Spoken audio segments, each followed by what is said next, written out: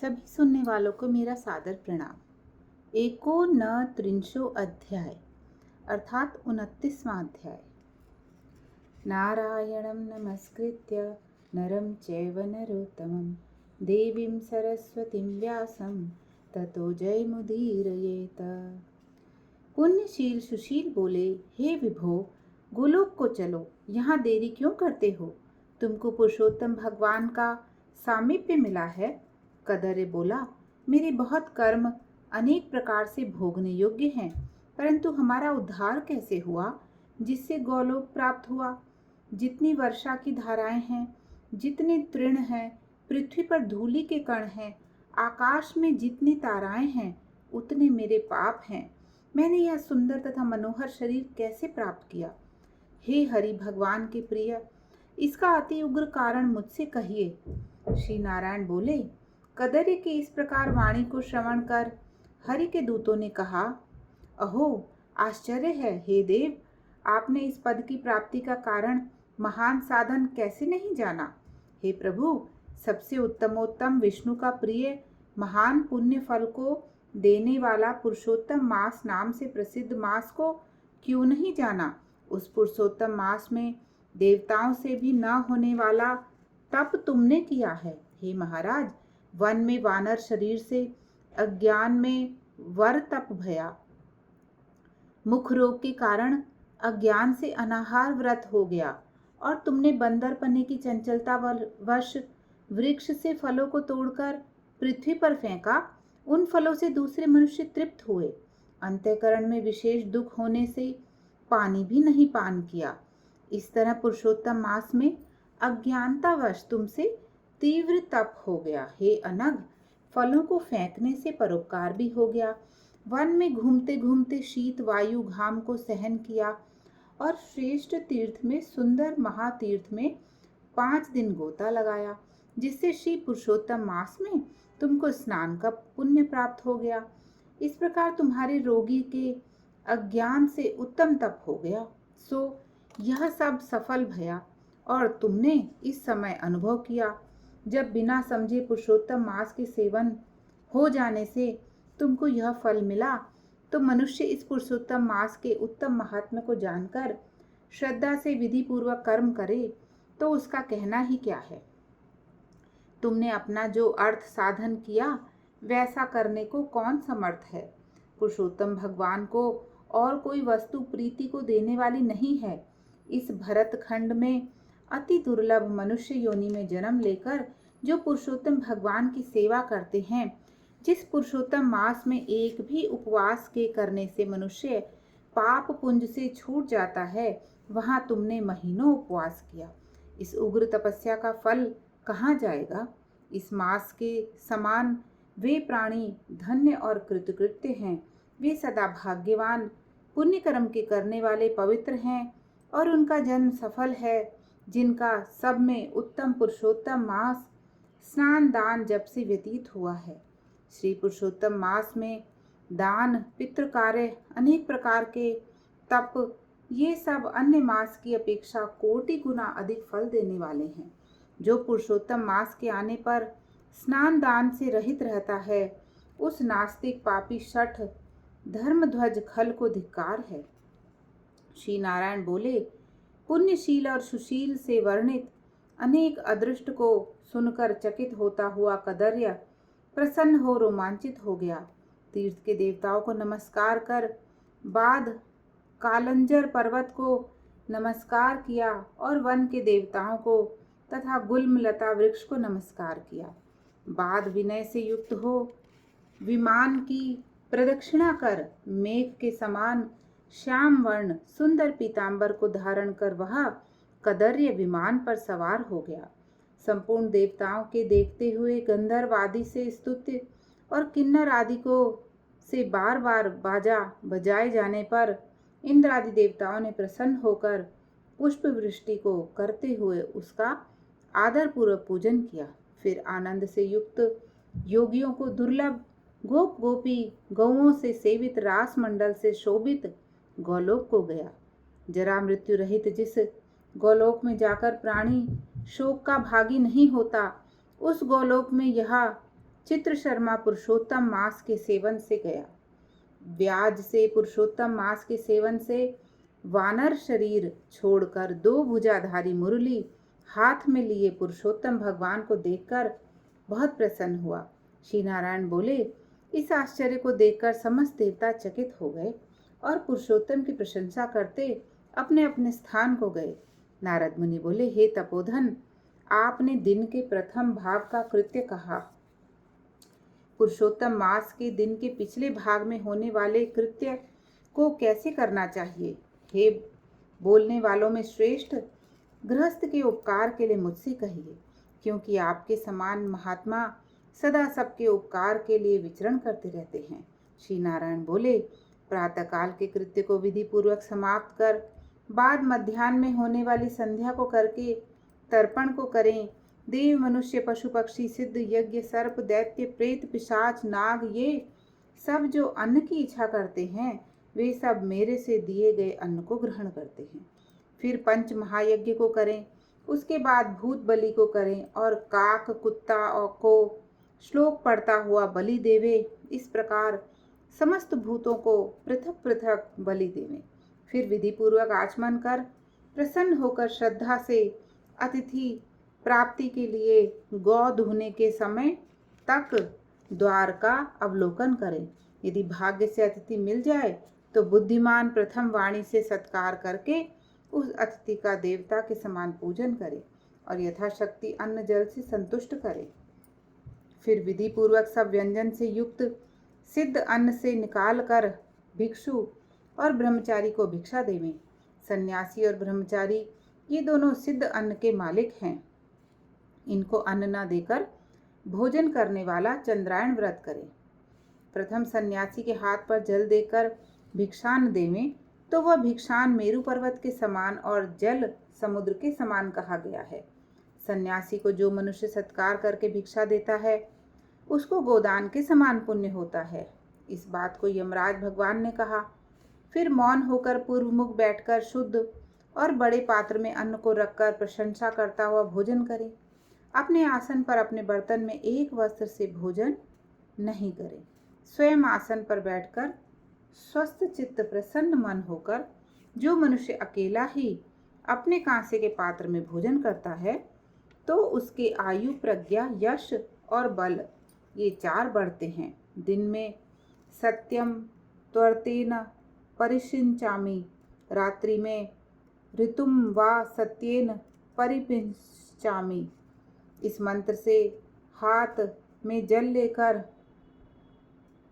निश्चय कर घृत व्यंजन युक्त अन्न का भोजन करें। भोजन में से कुछ अन्न लेकर इस प्रकार कहें, भूपतये नमः प्रथम कहकर भुवन पतये नमः कहें। भूतानाम पतये नमः कहकर धर्मराज को बलि देवें।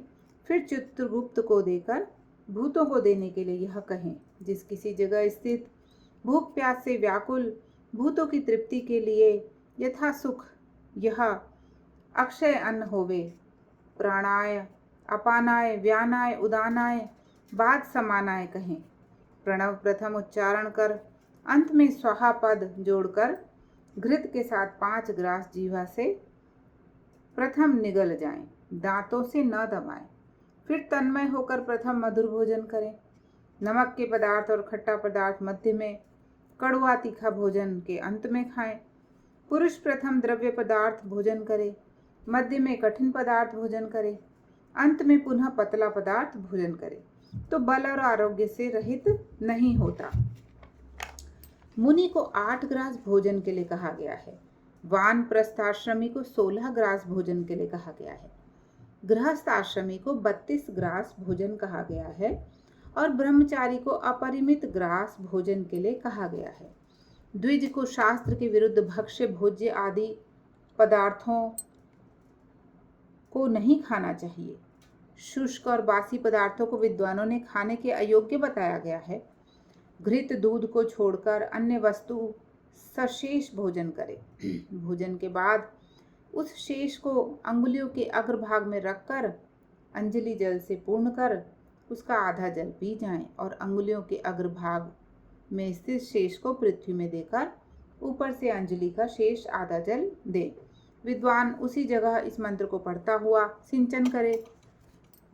ऐसा न करने से ब्राह्मण पाप का भागी होता है, फिर प्रायश्चित करने से शुद्ध होता है। मंत्रार्थ रौरव नरक में पीप के गड्ढे में पद्म अबुर्द वर्ष तक वास करने वाले का तथा इच्छा करने वाले के लिए मेरा दिया हुआ यह जल अक्षय होता हुआ प्राप्त हो।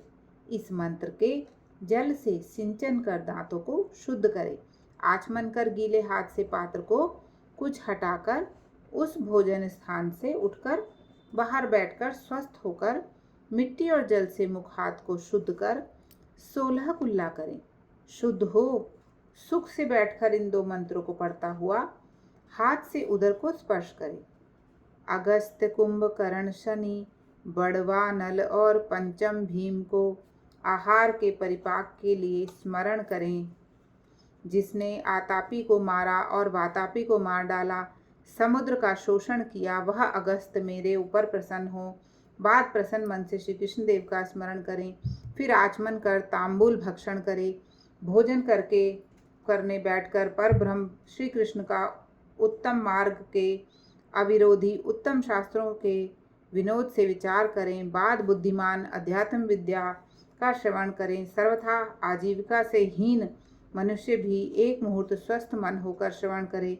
श्रवण कर धर्म को जानता है, श्रवण कर पाप का त्याग करता है, श्रवण के बाद मोह की निवृत्ति होती है, श्रवण कर ज्ञान रूपी अमृत को प्राप्त करता है। नीच भी श्रवण करने से श्रेष्ठ हो जाता है और श्रेष्ठ भी श्रवण रहित होने से नीच हो जाता है। फिर बाहर जाकर यथा सुख व्यवहार आदि करें और स्वार्थ सिद्धि को देने वाले श्री कृष्ण भगवान का मन से ध्यान करें। सूर्य नारायण के अस्ताचल जाने के समय तीर्थ में जाकर अथवा घर में ही पैर धोकर पवित्र वस्त्र धारण कर साय संध्या की उपासना करें। जो द्विजों में अधम प्रमाद से साय संध्या नहीं करता है, वह गोवध पाप का भागी होता है और मरने पर रौरव नरक को जाता है। कभी समय से न करने पर संकट में मार्ग में हो तो द्विज श्रेष्ठ आधी रात के पहले साय संध्या को करे।